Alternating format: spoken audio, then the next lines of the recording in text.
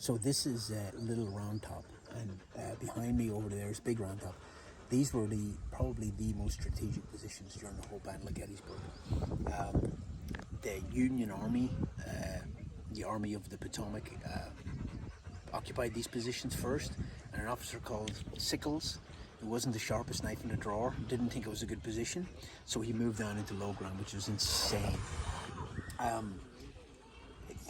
Once they figured out it was a mistake, they tried to reoccupy, got in a big battle, and actually got back up here and occupied probably about 5 minutes before the Confederacy.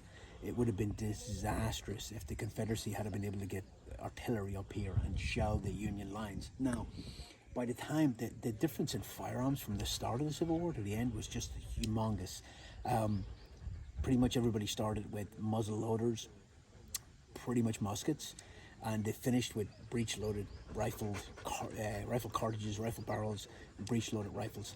They even had telescopic sights by the end of it, and the Union Army had telescopic sights up here on this position, which is Little Round Top.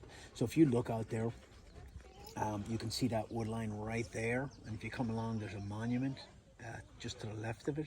That's about 500 yards, and with a telescopic sight and a good stable position, that's absolutely feasible shot for a good marksman up here.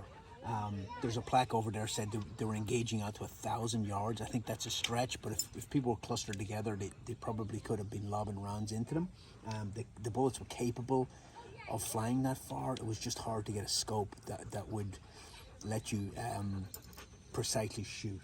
But if you look out there, anything out here is just a kill zone, and the Confederacy charged this hill multiple times and got beaten back just through sheer firepower. I mean, this is a great position with the rocks and everything, and then, height is king, obviously.